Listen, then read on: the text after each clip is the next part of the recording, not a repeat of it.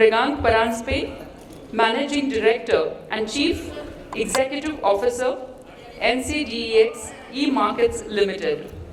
And session speakers, panelists are Mr. Umang Agarwal, Head Grow Mandi, Agri-Commodity Marketplace and Carbon Program, Grow Indigo Private Limited. Mr. Rajesh Prasad, Category Leader, Amazon Retail India. Shri Vilas Shinde, Director, Sahyadri Farmer Producer Company Limited. Mr. Vijay Venkatraman, Chief of Trade Services, Nurture Farm. Oh God. We are starting the first session for today, integrating markets with production ecosystem. I invite moderator Mr. Mrigank Paranspe, Managing Director and Chief Executive Officer, NCDEX E-Markets Limited. I also invite the session speakers, the panelists, Mr. Umang Agarwalji, Mr. Rajesh Prasad, Shri Vilas Shinde, and Mr. Vijay Venkatraman.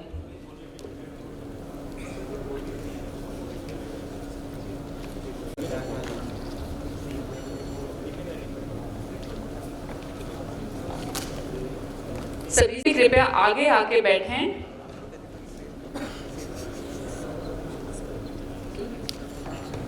And Chief Executive Officer, NCDEX E-Markets Limited. Thank you so much. Let's welcome all the dignitaries with a very big round of applause.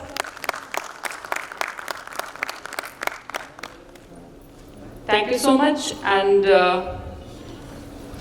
now I hand over the things to moderator Mr. Mrigank Paranspe.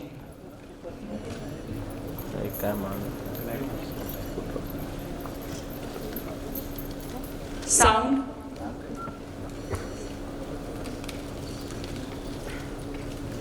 Sound please for the hand mic.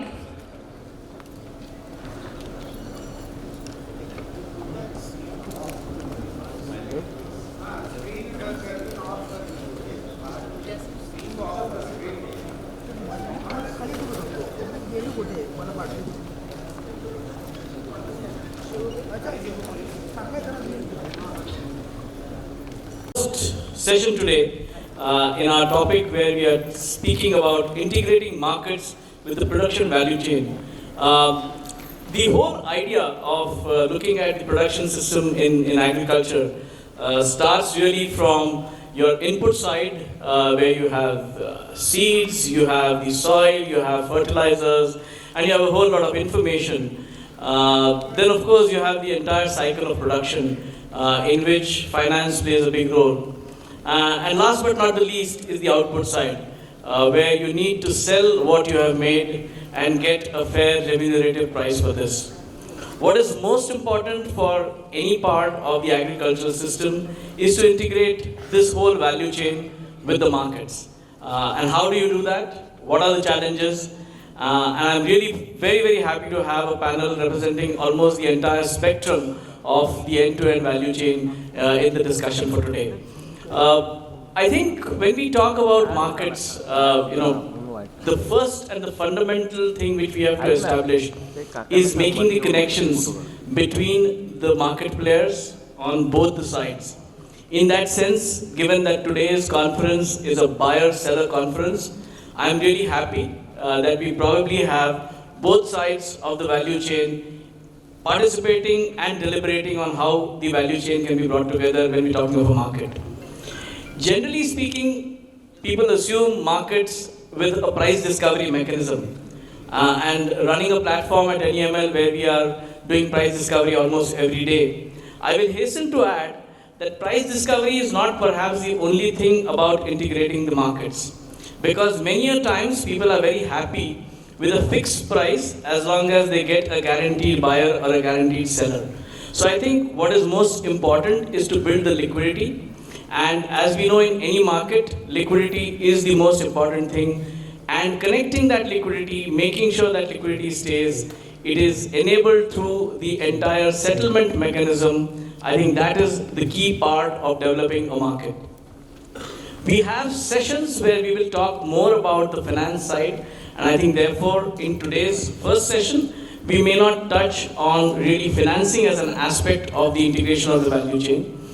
But let me, to begin with, also ask my co-panelists to really begin by introducing their companies and their sort of view on the market and integrating that with the value chain. First to Umang. Umang, I think your website says it when it says, why inputs? Because inputs are the most important thing, right? So Umang, can you tell us more about Grow Indigo and what you are doing in terms of integrating the markets with the ecosystem?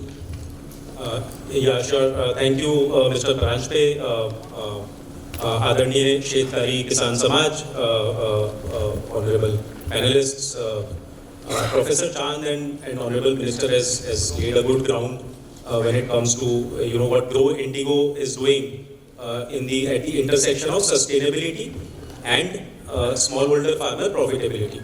So how we see sustainability is there was green revolution.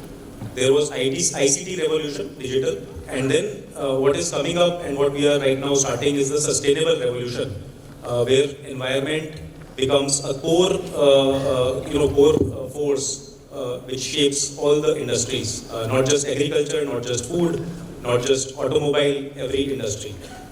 So sustainability is that, and smallholder farmer income, as we see more fragmentation of lands, that has to be kept in mind. If it is not profitable for the farmer, then it is not going to stick.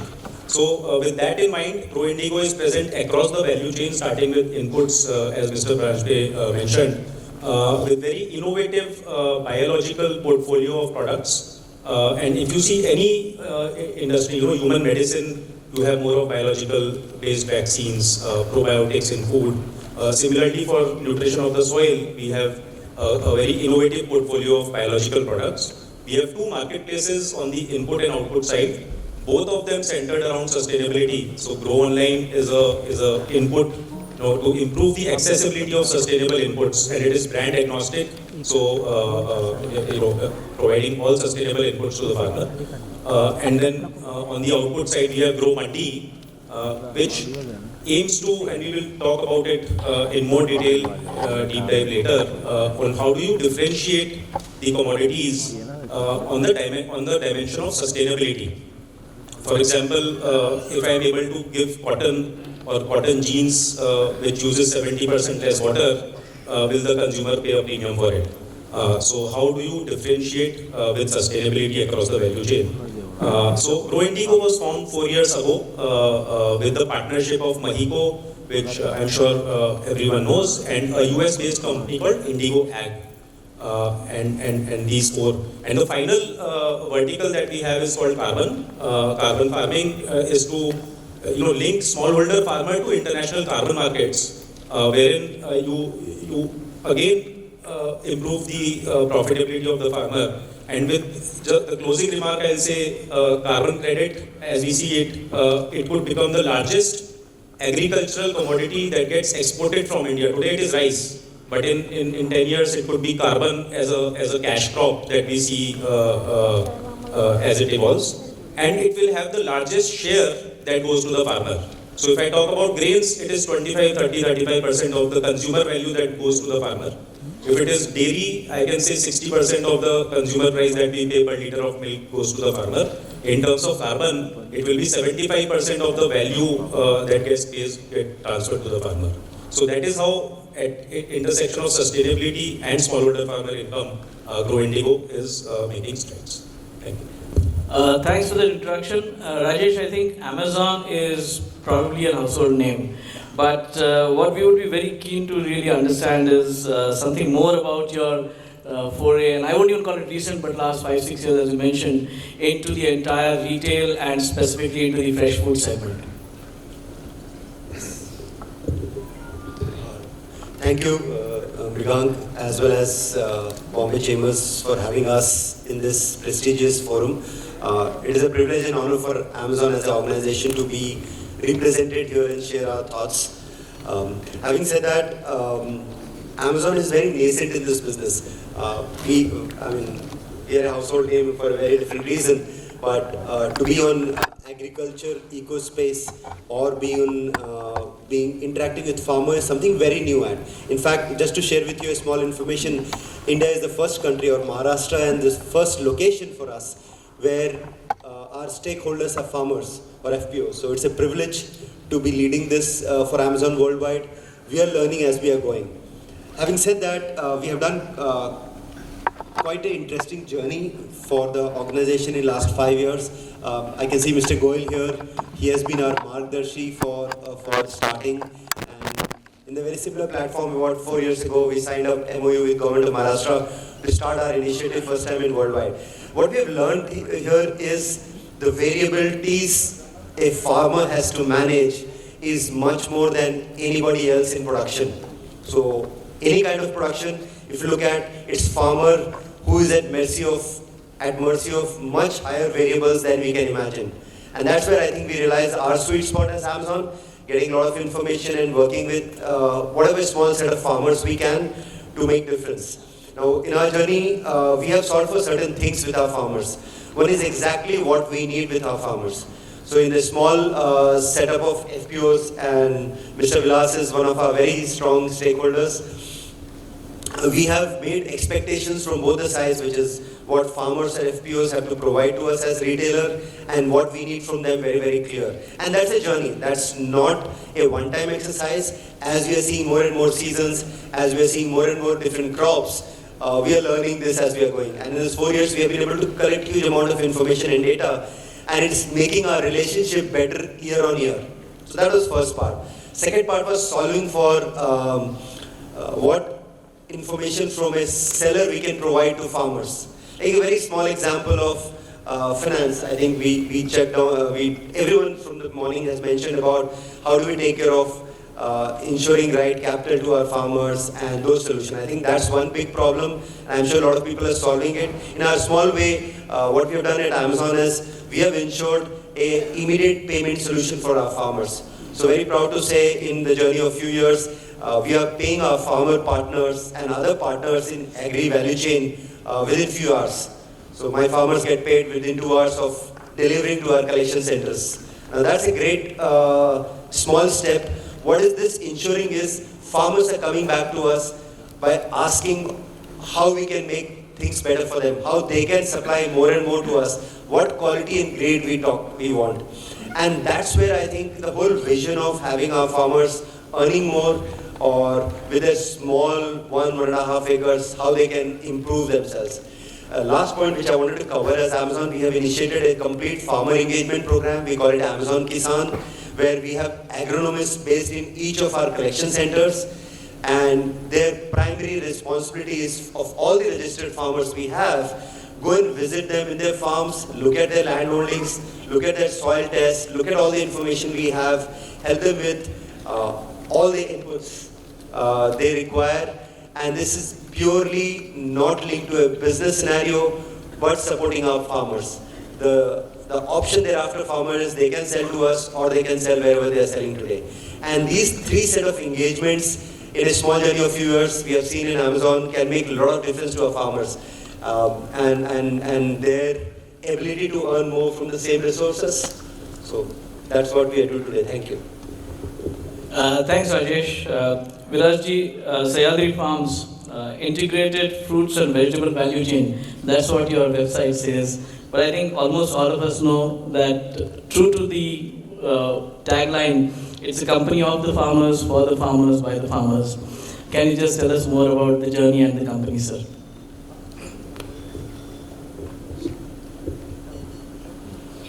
Thank you, Paranjapji. I think, as you mentioned, Sahyadri, of the farmer, by the farmer, for the farmer. So I think that is a real approach we need in our country. That in every commodity, whatever the commodity will speak, whether it is cereal, pulses, fruit, vegetable, livestock, fishery. In the morning session, Rameshji mentioned about all the potential commodities. So in all these commodities, so main challenge is that farmer is not making money as per his expectation. After all the hard work and all the whatever the investment and all these things invested in the farming, he's not making money. That is a reality in most of the communities. So to make it possible, the complete integration or the complete ecosystem, that is a solution. And that solution will find that solution in efficient manner. That is the question, whether it is a agri startups or it is a farmer or whether it is any stakeholder from the retail side or from the market side. I think there we need to focus. And if the farmer will take his own initiative, the farmer will try to solve these challenges and will try to create the ecosystem, that will be the best approach. So at Sahyadri, we are trying to do the same thing. Community-wise, definitely challenges are different. Horticulture communities are, because of the perishable nature and because of the seasonal nature, they are more challenging. But if you could solve the challenges in such community, then you can solve challenges in any other community. That is our approach. And with that, we have started our journey since 2010 to find solution in our community, specifically in grapes and along with that other horticulture communities. And in last 12 years, we have succeeded to build our ecosystem up to a certain extent, and how we can connect our farmer with the organized market, whether it is in Europe market or in other overseas market and now in domestic market also. What we learned in last 12 years that there are multiple challenges on production side, on post-service side, and on the consumer side also. Consumer side challenges also we need to understand while speaking about our production side issues. Consumer is now a real king in the market. Farmer is not a king. हम लोग बोलते हैं शक्ति राजा बड़े राजा, but that is not the reality. The reality is the farmer is the consumer is the king, because consumer is having multiple options. So at consumer level, as a producer, how we can create our difference, how we can win the consumer.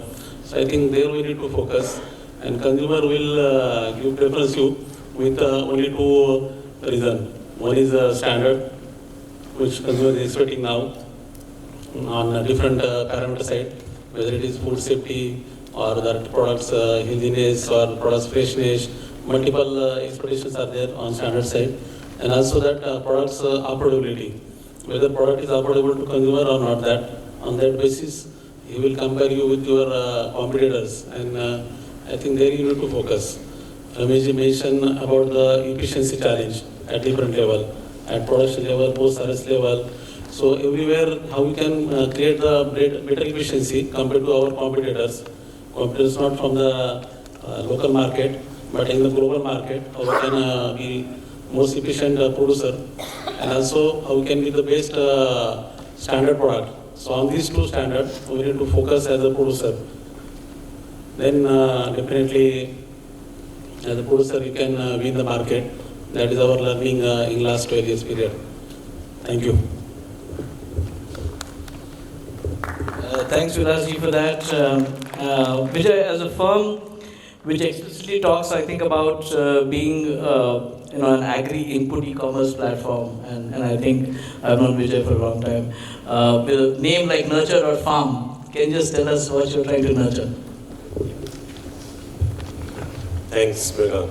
So I think the farm in Nurture.farm is definitely an important aspect of the name. So it was UPL that invested in Nurture.farm to bring mechanization to farmers. I think one thing that was realized was that the large farmer is definitely capable of putting in his own equipment and being globally competitive, but the small farmer, definitely because of the size of the farm, cannot invest equipment that makes him competitive. So one of the central themes of Nurture Farm is to bring mechanization on tap. So if it's like most of us who want an Uber for making a ride can open an app and place an order for an Uber, and the same model is for requesting a spraying machine or a harvester or a seeder or a soil testing on tap. So we have a Nurture.farm app which actually is live with about 1.5 million farmers, where the service can be booked and executed within 24 or 48 hours. So when the farmer needs the service, it is available. And it is cheaper than the farmer himself doing that using manual methods. And so this is a transition which I think is important for 2-3 reasons, as was discussed. One is that even if you do spraying, for example, manually, the quality of the spraying may not be uniform. Then you may not meet pesticide residue levels that are required in exports. And so another advantage of mechanization apart from uniformity is that the quality of your output meets international standards or even Indian food safety standards. So, and as food safety is becoming important and as consumer safety is becoming important, this mechanization plays this additional role as well. So I think Mr. Ramesh also alluded to growth or demand-based agriculture.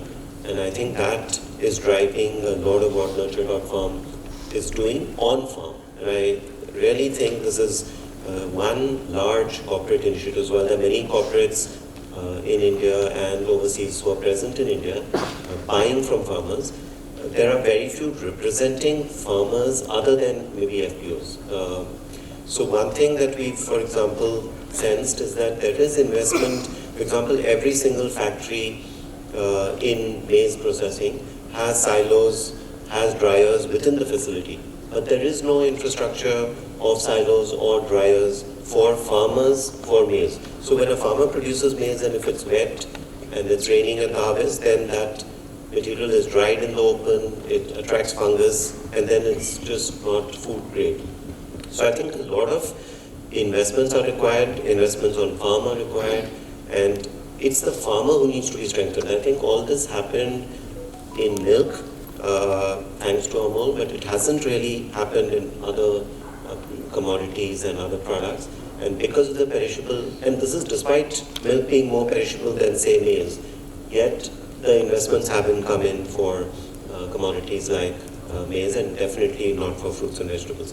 So I think at Nurture.farm we are trying to help with working with FPOs to create such infrastructure and then leverage that infrastructure to connect farmers to final buyers. And hopefully with the government now creating this agriculture infrastructure fund, there would be a greater traction in farmer producer organizations taking advantage, and other entrepreneurs also taking advantage of these funds, and then making it the farm side more efficient. And there is really enormous scope as we see it for what we are doing, not just for farmers, but for creating skills and entrepreneurs in rural areas. So for example, if you create storages and mechanized equipment, then you can offer jobs to people who are operating these equipment and to people who can repair and maintain these equipment, all in rural areas. So I think it's got a powerful future. We're just at the beginning of the journey, and I think many companies have now stepped in. We really value the linkages which large companies bring, but we also value farmer producer organizations because there is a deep trust with farmers. I think a lot of farmers want that trust because if advice comes with trust, it is likely that habits will change. So I think that's what I would state as what we are trying to do together with partners on all sides. So with those initial remarks, friends, I'm like I spoke with my co-panelists, there are a few important questions which I thought we should all be talking about and look at what solutions we believe as a panel there are. So I'm going to address the questions to some of you specifically, but anybody else, please jump in. And first, on the input side, seeds, fertilizers, soil, water, all of that. But I mean, as farms really having a lot of expertise there, could you talk about either the challenges or the solutions that you see there, both Vijay and Umang on that one? So, the way we see it is, from inputs to outputs, you have to see it as one sutra. And you cannot really look at it at isolation because you solve for one thing and you leave a gap somewhere else, then that traceability and the whole story is going to get lost somewhere. So really it starts with value creation and value creation, for example, you have to start with incentive to the farmer. on producing crops that have a unique signature. That signature can be nutrition, that signature can be sustainability, that signature can be anything. Right? In terms of milk, it is cow milk, buffalo milk, A2, organic, whatever. Right? So that unique signature, and farmer has to have an incentive for it. On the input side, of course, this is very much dependent on the accessibility and availability of sustainable inputs and technology.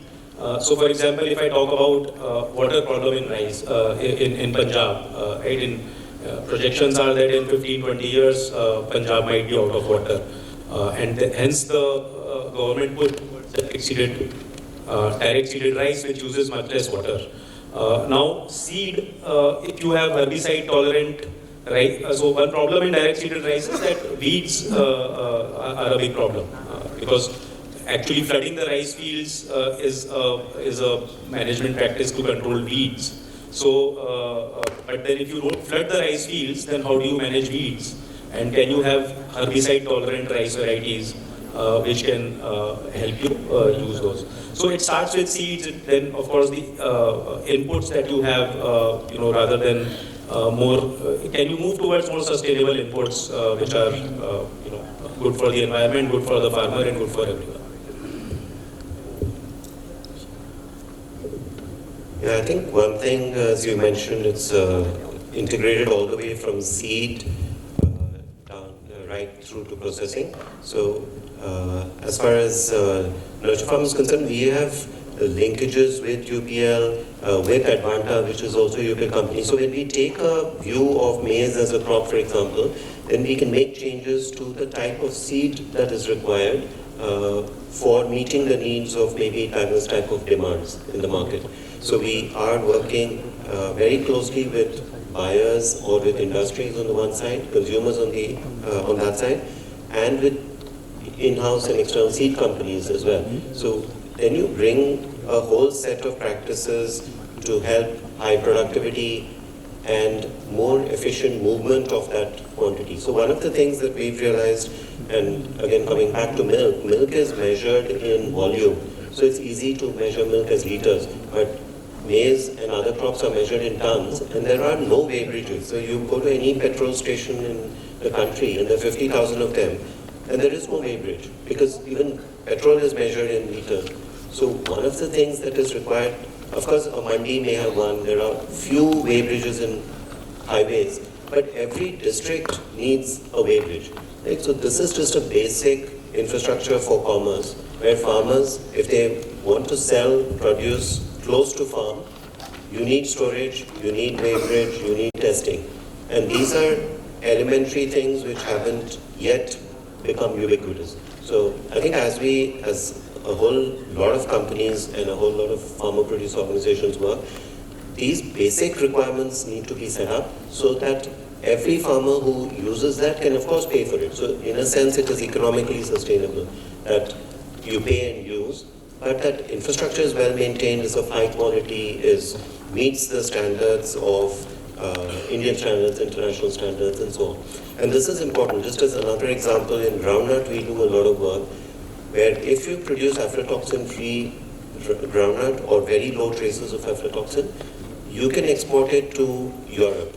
If you don't, you cannot.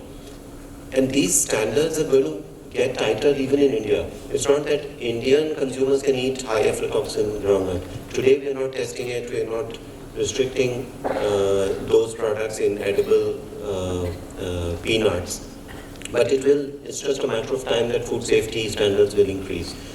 So it's important that the infrastructure required is created and to be shared by everyone. So whether it's done by a farmer producer organization or the government or private sector, I think one thing we should all work towards is open platforms and linkages. And I think, Mrigank, you've been in marketplaces which are highly connected.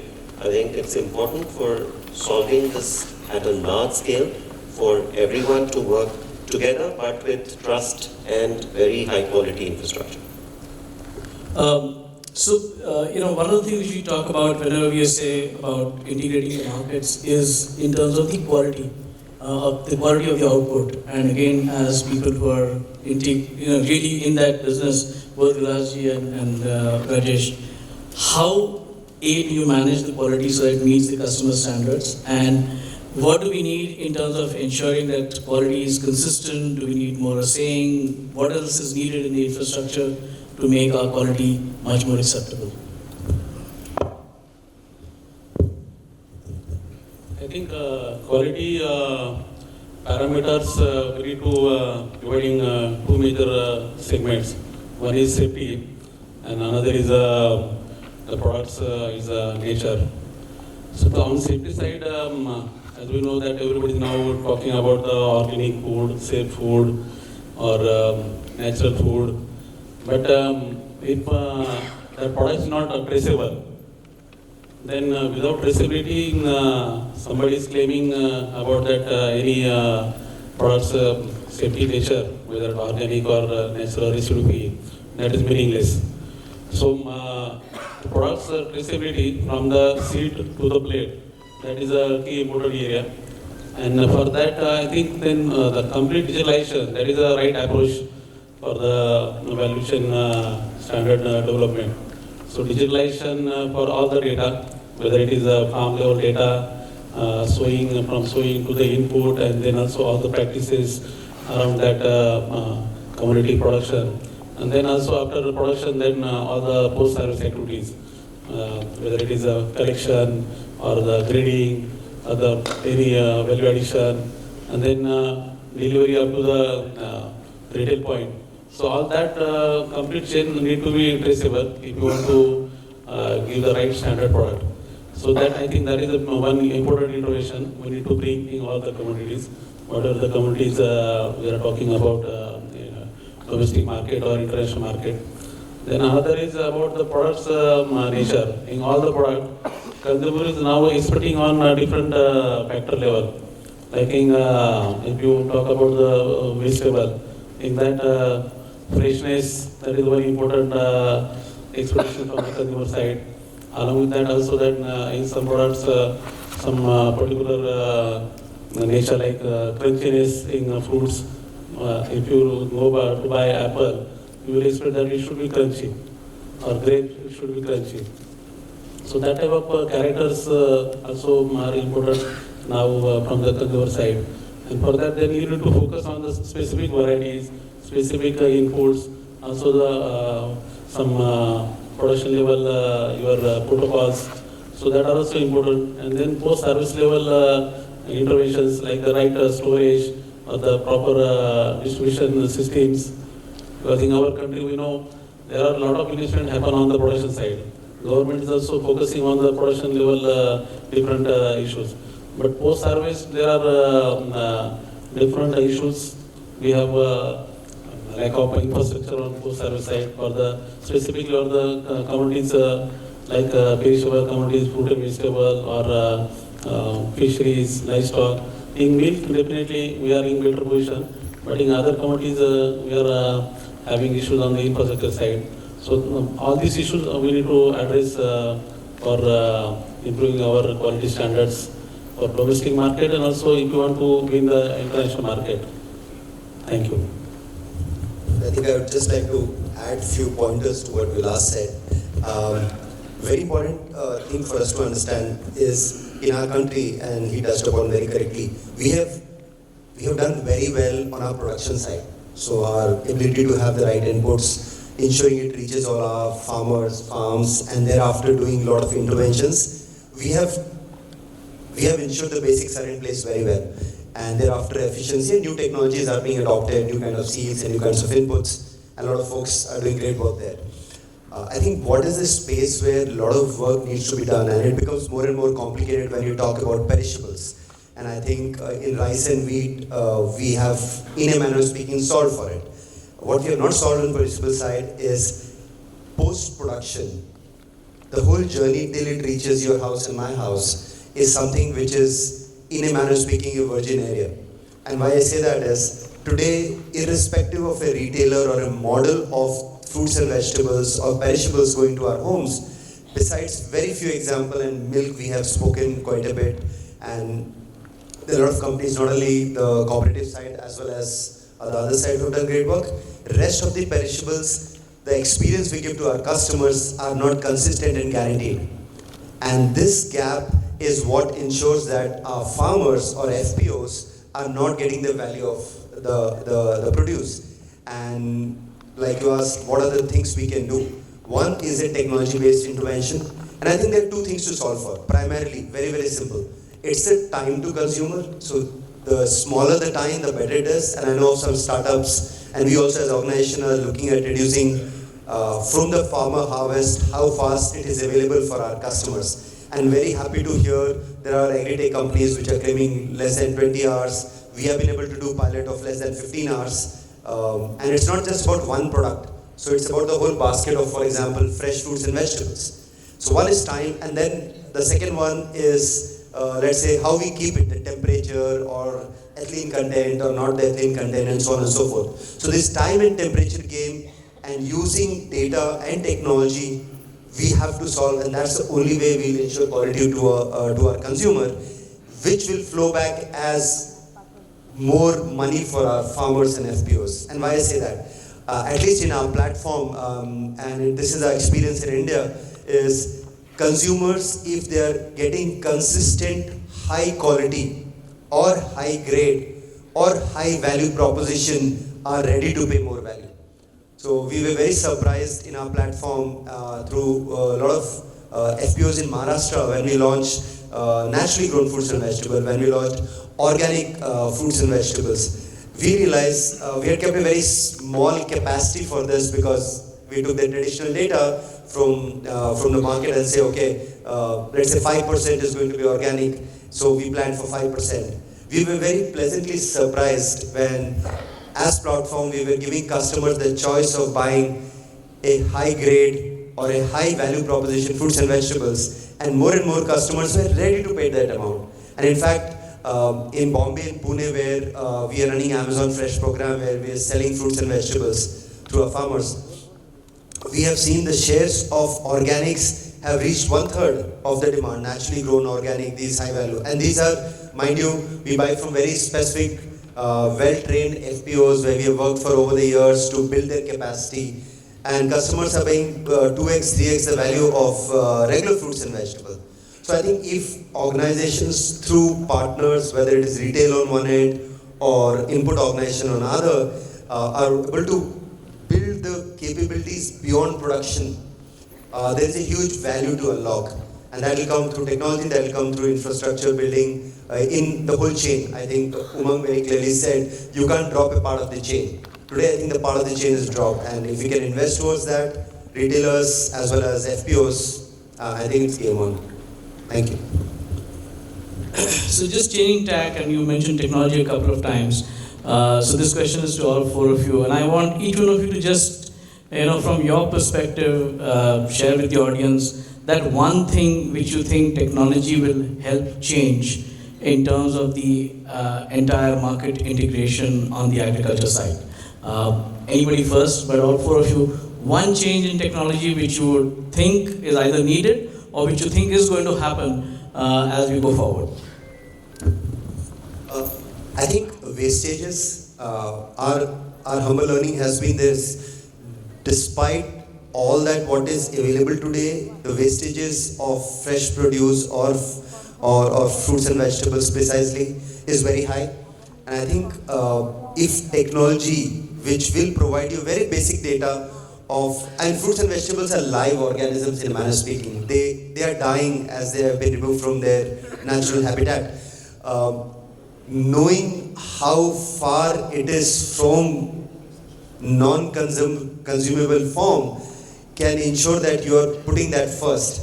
I think FIFO and those things were right at that point in time to solve.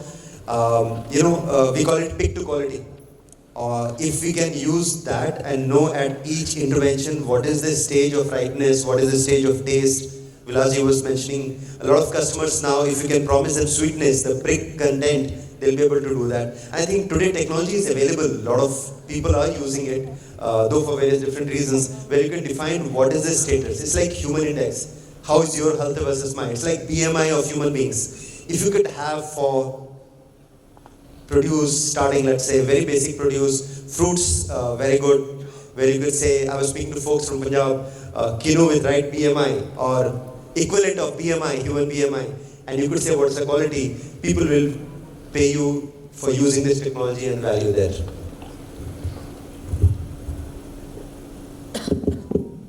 Yeah, in addition to what Rajesh mentioned, I think segregation at the farm gate is important for the technology to enable. So Professor Ramesh Chandra mentioned कि सूक्ष्म से सूक्ष्मता की तरफ हमें जाना है और and consumer has the willingness to pay, provided that we can take that attribute directly from farm to the consumer. And how can we segregate that, because at different levels agri commodities get pooled and their unique differentiators get lost. So how can we preserve that attribute from farm to the consumer? That is where I think technology will play a big role. I think I'd like to talk about two things. One is that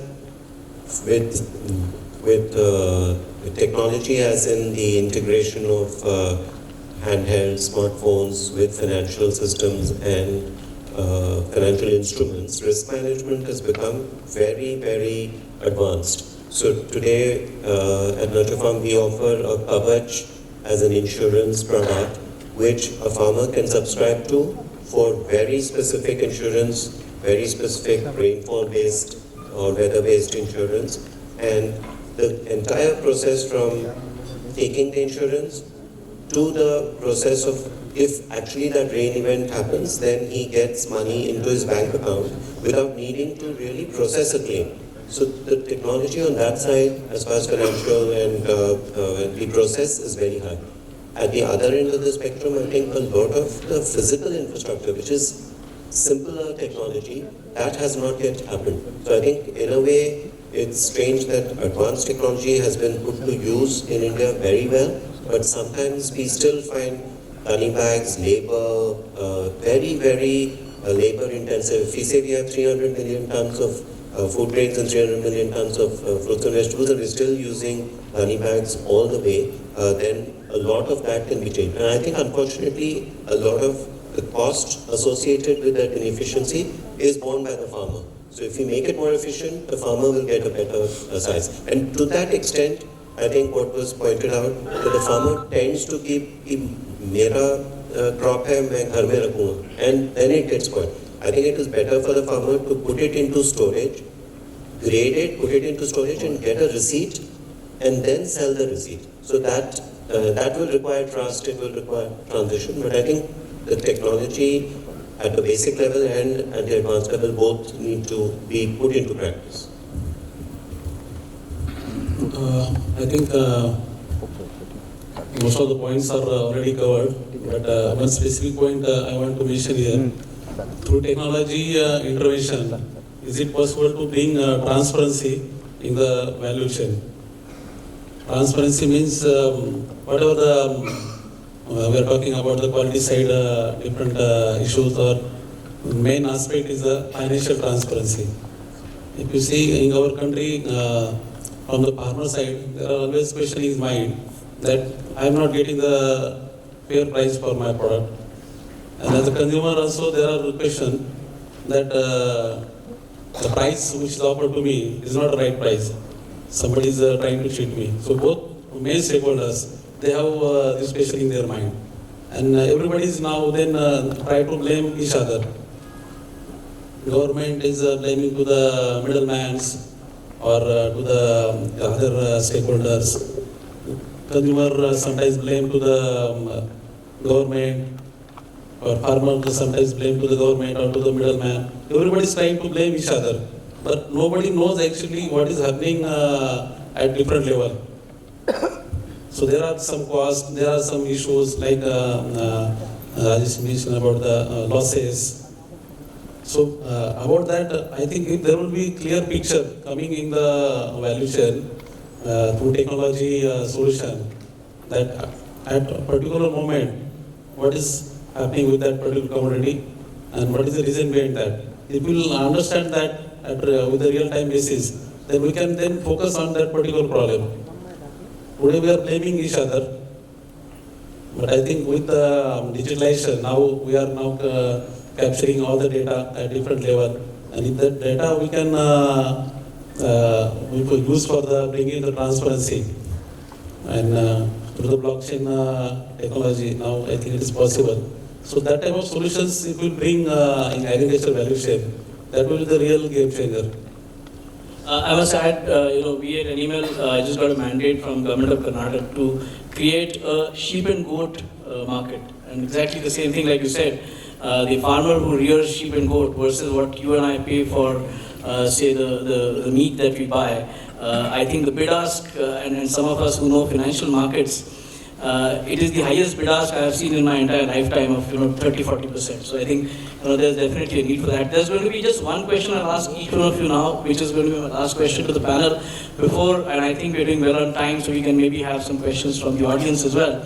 So just, and I think we've heard since the morning that the government is a big player. Sometimes we like it, sometimes we don't like it, but the government is a very big player in the entire commodity segment, whether it is in terms of subsidies, whether it is in terms of policies, whether it is in terms of even just buying the produce sometimes. From your perspective, the one thing that you either want the government to do or the one thing you don't want the government to do, like letting in the sun, which Ramesh Chandni told us. Just one thing, if you can say, you want or don't want from the government, and then we'll really want questions from the audience. I think I would say that uniformity from the government.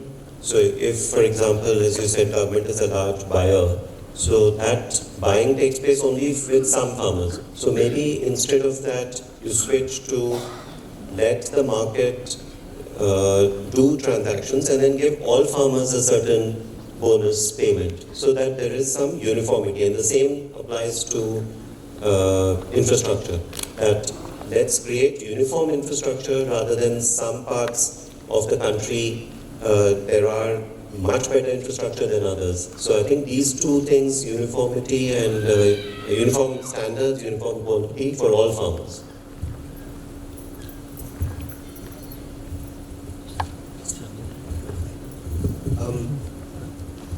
Coming from a technology company, I think what government has started the initiative of ONDC. I think that should be, there has to, if they can have a subset very focused on agriculture, consumer backwards. I think most of the time, at least I have got a feeling, or we get a feeling that government tends to be very producer backwards. If for once, for this initiative, if they can be customer backwards, which very simple means even looking at very small nuances, like if you're in Delhi and you're selling onions, it's one type of onion. But if you're coming to my hometown in Bangalore, you need 5 types of onions. Somebody has to sit down and define and articulate this very clearly, customer backwards, and this whole platform then link back to producer. I think that's where game is. At the end of the day, as Vilas said, the end paying consumer is the game changer. He or she decides, everybody in supply chain, all the way up to input companies or even scientists who are working on seeds, get paid for what it is. And somewhere we get a feeling that, in our experience, that customer is not a stakeholder on the table. So I think government can do great by bringing them on board. Thank you. One of the things, we've engaged with some of the best institutes in India and also engaging with governments for the carbon program and sustainability focused agenda is to really channelize or reorient someone, and that's something that immediately government can do, channelize some of these subsidies through outcome-based, measurable, quantifiable, sustainability-oriented outcomes. So that is one of the things that comes after what Professor Ramesh Chandni already told. I think, based on my experience, I will speak. There is no specific comment. But what we understand that as a government, whatever the policies government is actually bringing for the development, for the farmer community or for the overall country's development, in that the main view is that the traditional view that our country is a food efficient country, as per our history record, So we need to focus on the productivity improvement, that considering our population, we have to produce sufficient food, and that's the responsibility of the farmer. So that's why we are calling him Annadata, Bhairaja, a lot of things we are speaking about farmer. But we are not considering farmer as a entrepreneur. We are not considering him as a business entity. And that is actually biggest mistake. We now need to consider agriculture purely as a industry, like any other industry. And accordingly, we need to develop the policies. And every farmer need to treat as an entrepreneur. Like the startup, why you are not treating a farmer? And every community also need to consider as one potential entity for that particular region or for the country, and also for that particular farmer. So accordingly, we will develop our policies. Then we'll see the real picture, different picture.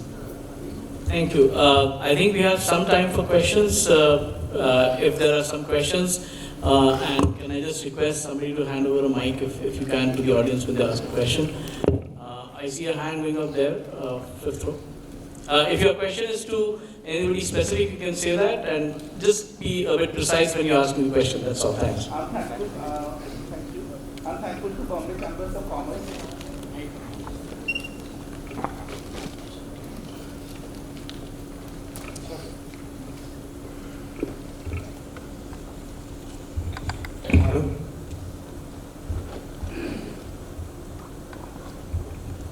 Hello, thank you. I'm from Tata Trust, working in Tata Trust as a subject matter specialist, agriculture and agribusiness. I'm thankful to Bombay Chamber of Commerce and Industries because contribution to nation building, which is also the Jamshedji Tata's quote for the our smallest action should be in contribution to the nation building. So my question is to the entire panel because it's integrating market with production ecosystem. Like Mr.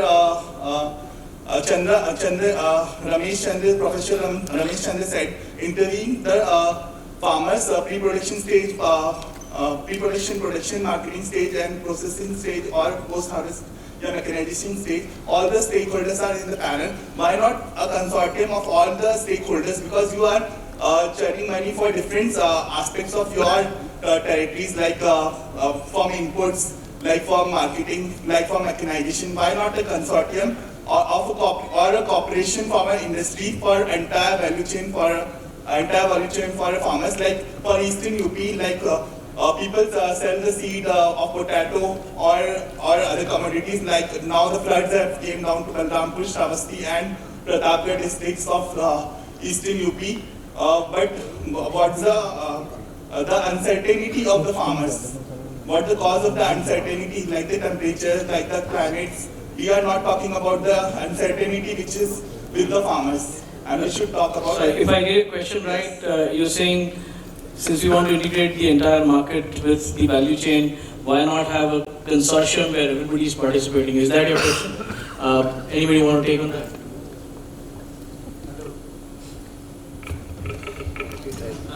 Let me try and answer it. I think that's a very valid thing to do, and these initiatives like AgriCrop by Bombay Chambers is one of those initiatives. Otherwise, at least for folks like us, we never get to see so many FPOs, so many stakeholders from input side. So I think these are the small steps. If your question was to have a national consortium and have people there, I think that's best answered by government officials.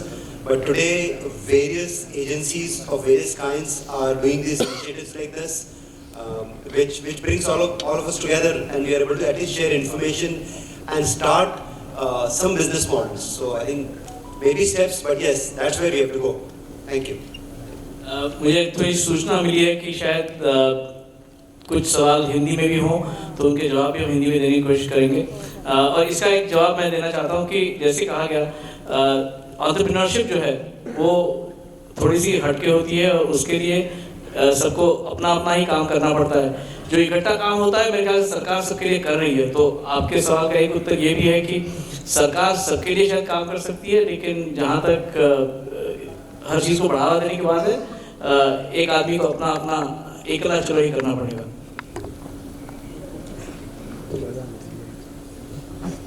Excuse me? There's a question in the end I saw. एकदम आखिरी में. Excuse me? Mic there. Okay, you have mic. Yeah, good afternoon. Thank you for the interesting session, all the panelists. My question is to Vilas sir.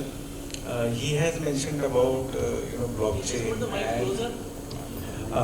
My question is to Mr. Vilas sir.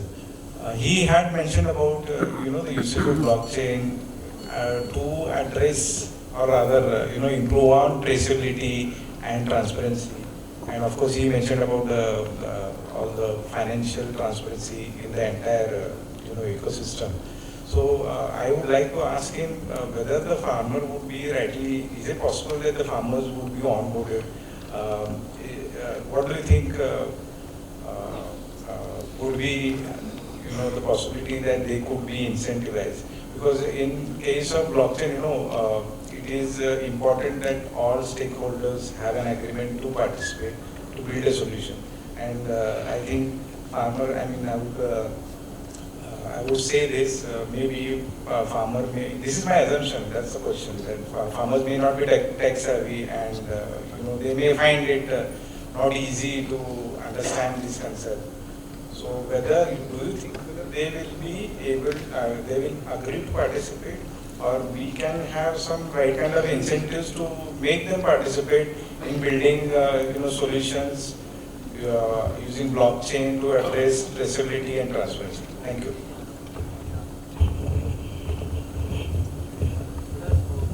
मुझे लगता है blockchain में आपको ये सब possibilities अगर जब हम डिजिटलाइजेशन कर रहे हैं और पूरा सिस्टम डिजिटलाइज करके ब्लॉकचेन प्लेटफॉर्म पे लेके आ रहे हैं तो वहाँ जो पॉसिबिलिटी बनती है या आपने जैसे एक्सपेक्ट किया कि फार्मर को इंस्टीट्यूट मिल सकते हैं क्या, अगर जब पूरी सिस्टम में ट्रांसपेरेंसी है अभी उसमें क्या उसका यूज़ करना है, वो डेटा का कैसे यूज़ करना है, तो that is a call from the farmer side और from the stake holder who is operating the value chain.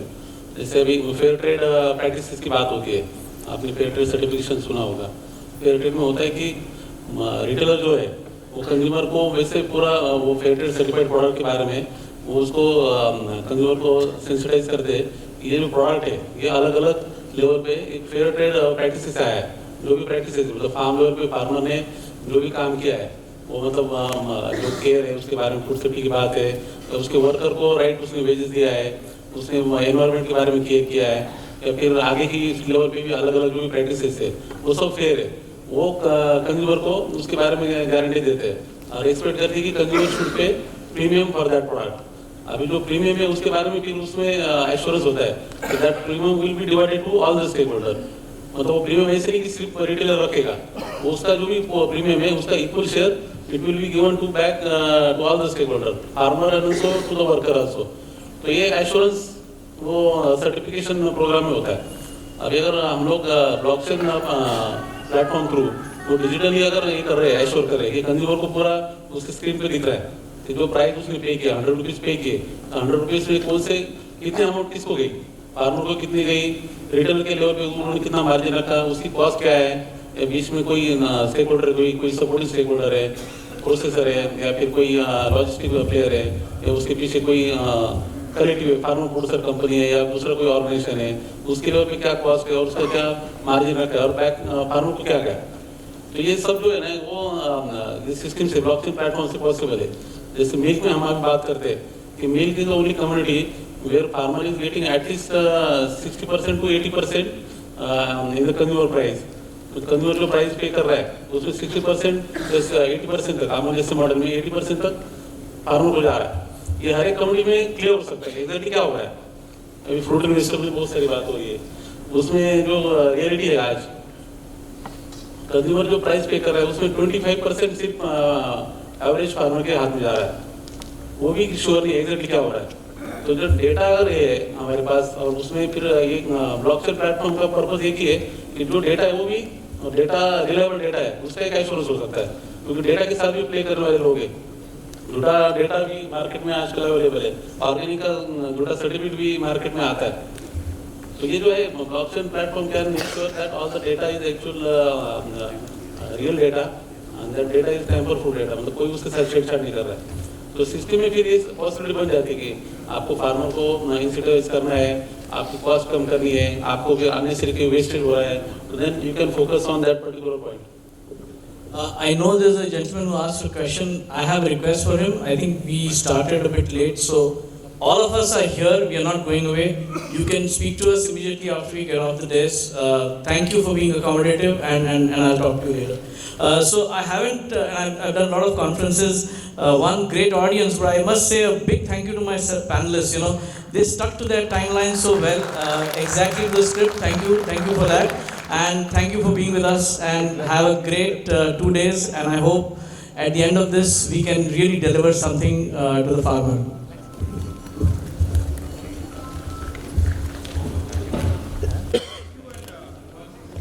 Very sorry for cutting this question answer short. आप हमको भेज दीजिए, हम इन लोग से ले लेंगे क्वेश्चन का आंसर, आपको वापस भेज देंगे. हम लोग, आपको पता है कि क्योंकि हमारे मिनिस्टर साहब लेट आए थे, तो अपना लेट शुरू हुआ था थोड़ा, तो रिक्वेस्ट सबसे है कि लंच तैयार है, लंच पे करके 2 बजे तक वापस आ जाएं, so that we can begin fast. Thank you. Thank you so much, sir. I request Khosla sir to felicitate the speakers. और हम सब खाना खा के ठीक 2 बजे यहाँ पर फिर से लौटेंगे, शार्प एट 2. वही तो मैंने कहा, तब जो मैं बोल रहा था कि शाम तक क्या ना